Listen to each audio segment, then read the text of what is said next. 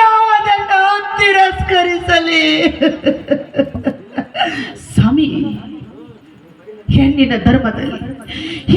ಧರ್ಮದಲ್ಲಿ ಸತಿಯ ಸ್ಥಾನದಲ್ಲಿ ನಿಂತು ನಾನು ಕೇಳುವುದೇ ಸ್ವಾಮಿ, ನಾನು ಕೇಳುವುದು ಒಂದೇ. ಯಾವುದದು? ಮಗ ಹೋದರು ಮಾಂಗಲ್ಯ ಬೇಕು. ಮಗ ಹೋದರು ಮಾಂಗಲ್ಯ ಬೇಕು. ಇದುವೇ ಅಲ್ಲವೇ ಸ್ವಾಮಿ ಈ ನನ್ನ ಸತಿ ಧರ್ಮ?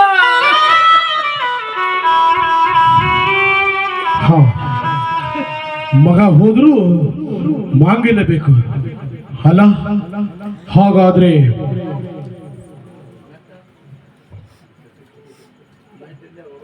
ತೆಗೆದುಕೋ ಇದನ್ನ. ಇದು ಕಾರ್ಕೋಟಕ ವಿಷ. ಈ ವಿಷನ ಹಾಲಿಗೆ ಬೆರೆಸಿ ನಿನ್ನ ಮಗನಿಗೆ ಕುಡಿಸ್ಬೇಕು. ತಗೋ ಇದನ್ನ.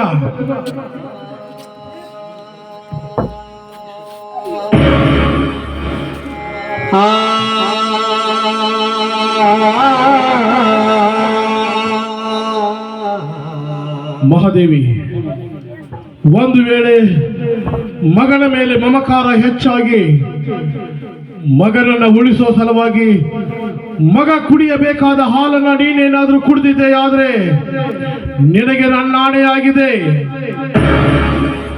ಈ ಹಾಲನ್ನ ನಿನ್ನ ಮಗ ಕುಡಿಬೇಕು. ನಾನು ಮರಳಿ ಮನೆಗೆ ಬರುವಷ್ಟರಲ್ಲಿ ಈ ಮನೆಯಲ್ಲಿ ನಿನ್ನ ಮಗನ ಹೆಣ ಬಿದ್ದಿರಬೇಕು. ಈ ಮನೆಯಲ್ಲಿ ಅವನನ್ನ ಜೀವಂತವಾಗಿ ನಾನು ನೋಡಕ್ಕೆ ಇಷ್ಟಪಡೋದಿಲ್ಲ. ನಾನು ಮರಳಿ ಮನೆಗೆ ಬರುವಷ್ಟರಲ್ಲಿ ಈ ಮನೆಯಲ್ಲಿ ಅವನ ಹೆಣ ನೋಡಬೇಕು.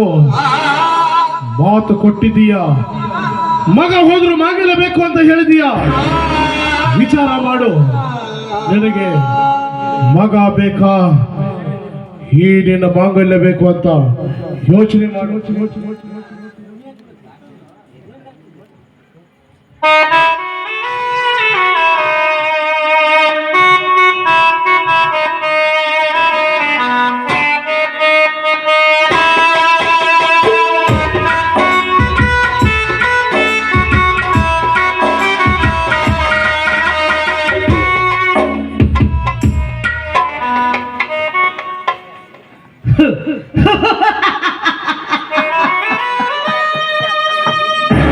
ಮೆಚ್ಚಿದೆ ಬ್ರಹ್ಮ, ನಿನ್ನನ್ನು ಮೆಚ್ಚಿದೆ.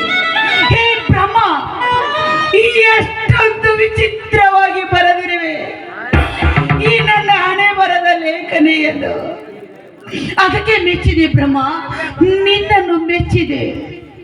ಅದಕ್ಕೆ ಬಲ್ಲವರು ಹೇಳಿದ್ದಾರೆ, ಬ್ರಹ್ಮ ಬರಹ ಬಲ್ಲವರು ಯಾರು ಅಂತ. ಅದಕ್ಕೆ ಮೆಚ್ಚಿದೆ ಬ್ರಹ್ಮ, ನಿನ್ನನ್ನು ಮೆಚ್ಚಿದೆ. ಹೇ ಬ್ರಹ್ಮ, ಮಗನೆಂಬ ಹಸಿ ಮಾಸಿನ ಮುದ್ದೆ ಮಾಡಿ ಈ ನನ್ನ ಉಡಿಯಲ್ಲಿ ಕಟ್ಟಿದೆ.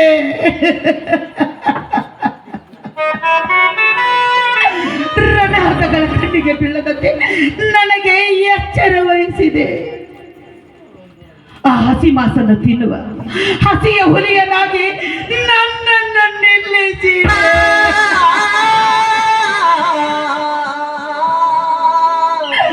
ಆ ಹಸಿ ಮಾಸನ್ನು ತಿಂದ್ರೆ ಬಲು ಕಹಿಯಾಗಿರುತ್ತೆ ಅನ್ನೋದು ನನಗೂ ಗೊತ್ತು ಬ್ರಹ್ಮ, ನನಗೂ ಗೊತ್ತು. ಆದ್ರೆ ಅದನ್ನು ತಿನ್ನದೆ ಹೋದ್ರೆ ನನಗೆ ಕಟ್ಟಪ್ಪನ ಕಟ್ಟಿಟ್ಟ ಬುದ್ಧಿ.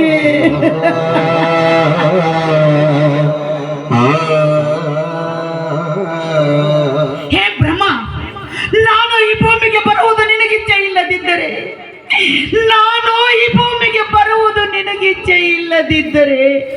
ನನಗೆ ಈ ಪುಣ್ಯ ಭರತ ಭೂಮಿಯಲ್ಲಿ ಜಾರಿಸಿದೆ. ಈ ಪುಣ್ಯ ಭರತ ಭೂಮಿಯಲ್ಲಿ ತಪ್ಪಾದ ಕಿರೀಟವನ್ನು ಈ ನನ್ನ ಹಣೆಗೆ ಕಟ್ಟಿದೆ.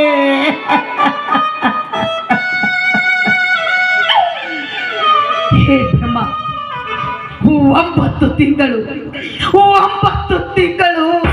ಹೊತ್ತು ಎತ್ತು ಸಾಕಿ ಸಲಹಿ ಇಂಥ ಮಗನಿಗೆ ವಿಷ ಹಾಕಿ ಕೊಲ್ಲುವುದೇ? ಇಲ್ಲ ಇಲ್ಲ.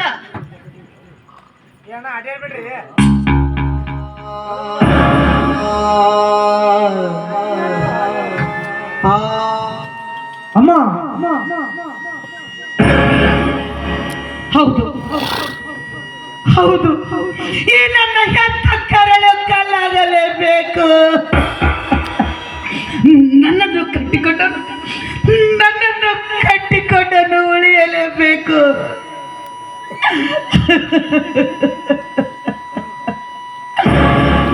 ಪತಿ ಆಜ್ಞೆಯಂತೆ, ನನ್ನ ಪತಿ ಆಜ್ಞೆಯಂತೆ ಈ ಹಾಲಿಗೆ ವಿಷವನ್ನು ಬೆರೆಸಿದೆ. ಅದು ಈ ನನ್ನ ಸತಿಯಾದವಳ ಧರ್ಮ. ಹೇ ದೇವ, ಹೇ ದೇವ, ನಾನು ನಿನ್ನ ಭಕ್ತಳಾಗಿದ್ದರೆ ನನ್ನ ಮೇಲೆ ನಿನಗೆ ಕರುಣೆ ಎನ್ನುವುದೇನಾದ್ರೂ ಇದ್ರೆ ಈ ನನ್ನ ಕಂದ ಈ ವಿಷದ ಹಾಲನ್ನು ಕುಡಿಯೋದ್ರೊಳಗಾಗಿ ಅಮೃತ ಕಳಿಸೋ ದೇವ.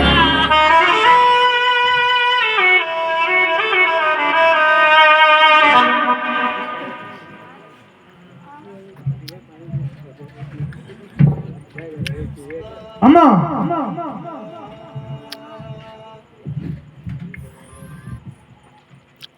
ಈಗ ಬಂದೇನೋ ಕಂದ? ಹೌದಮ್ಮ. ಯಾಕಮ್ಮ ನಿನ್ ಕಣ್ಣಲ್ಲಿ ನೀರು? ಏನಿಲ್ಲಪ್ಪ, ಅದು ಸಂತೋಷಕ್ಕಾಗಿ ಕಂದ. ಸಂತೋಷ? ಅಮ್ಮ, ಸಿಂಧು, ಅದ್ಯಾಕೋ ನಿನ್ನ ಮುಖ ನೋಡ್ತಾ ಇದ್ರೆ ನನ್ನ ಕರಳು ಕತ್ತರಿಸಿ ಹೋದಂತೆ ಆಗ್ತಾ ಇದೆ. ನನ್ನ ಮನಸ್ಸು ತನ್ನಡೆ ಗೋಳ್ತಾ ಇದೆ. ಅಮ್ಮ, ಅಮ್ಮ, ನಾನೊಂದು ವಿಷಯ ಹೇಳಬೇಕು.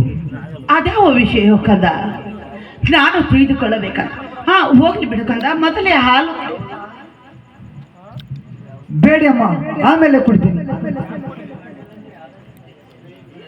ಹೇಳು ಕಂದ, ಅದ್ಯಾವ ವಿಷಯ? ನಾನು ತಿಳಿದುಕೊಳ್ಳಬೇಕಲ್ಲ, ಹೇಳು ಕಂದ.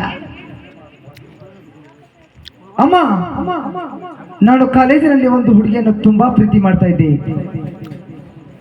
ನಾನು ಎಷ್ಟೇ ಪ್ರೀತಿಯಿಂದ ಕೇಳಿದ್ರು ನನ್ನ ಪ್ರೀತಿಯನ್ನು ತಿರಸ್ಕರಿಸಿದ್ರು. ಅದಕ್ಕೋಸ್ಕರ ಬಲಾತ್ಕಾರ ಮಾಡಿಬಿಟ್ಟೆ. ಅವಳು ಸಂಕಟ ತಾಳದೆ ಆತ್ಮಹತ್ಯೆ ಮಾಡಿಕೊಂಡ್ರು. ಬೇರೆ ಯಾರು ಅಲ್ಲಮ್ಮ, ನಮ್ಮ ಮನೆಯಲ್ಲಿ ದುಡಿತಾ ಇರುವ ಜೀತದಾಳ ರುದ್ರನ ಮಗಳು ಅಂಬಿಕಾ. ಅಮ್ಮ, ಈ ವಿಷಯ ನನಗೂ ಹಾಗೂ ತಂದೆಗೆ, ನನಗೂ ಹಾಗೂ ನಿನಗೂ ಮಾತ್ರ ಗೊತ್ತಿರಬೇಕು. ತಂದೆಯವರಿಗೆ ಗೊತ್ತಿರಬಾರ್ದು.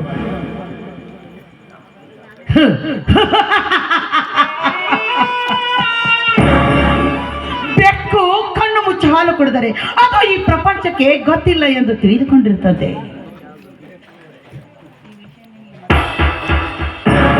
ಅಮ್ಮ, ಈ ವಿಷಯ ನಿನಗೆ ಮೊದಲೇ ಗೊತ್ತಿತ್ತೇನಮ್ಮ? ಇಲ್ಲ ಕದ, ಈಗ ತಾನೇ ನೀನೇ ಹೇಳಿದೆಯಲ್ಲಪ್ಪ. ಹೋಗ್ಲಿ ಬಿಡು ಕಂದ, ಮೊದಲು ಈ ಹಾಲು ಕುಡಿಯಪ್ಪ. ಆಯ್ತಮ್ಮ.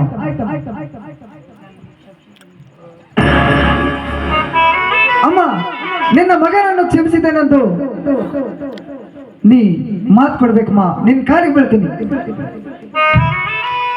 ಏನೆಂದು ಆಶೀರ್ವದಿಸಲಿ ಕಂದ, ಏನೆಂದು ಆಶೀರ್ವದಿಸಲಿ. ದೂರದಾಗ ಆ ದೇವರ ಬಂದು ಕಾಪಾಡುವೇನೆ. ನಾನು ನಿನ್ನ ಪಾಲಿನ ದೇವರಾಗಿ ನಿಂತಿದ್ದೇನೆ. ಉಳಿದುಕೊಳ್ಳೋ ಭಾಗ್ಯ ಪಡೆದುಕೊಂಡು ಬಂದಿಲ್ಲವಪ್ಪ. ನನ್ನ ಹೊಟ್ಟೆಯಲ್ಲಿ ಹುಟ್ಟಿ ಬಂದು ಇಂಥ ಪರೀಕ್ಷೆಗೆ ಎಳೆದಿದೆಯಲ್ಲ, ನನ್ನ ಹೊಟ್ಟೆಯಲ್ಲಿ ಹುಟ್ಟಿದ್ದು ನಿನ್ನದು ಪುಣ್ಯದು, ನಿನ್ನನ್ನು ಹೆಚ್ಚಿದ್ದು ನನ್ನದು ಪುಣ್ಯದು. ಕಂದ, ಮೊದಲು ಹಾಲು. ಆಯ್ತಮ್ಮ.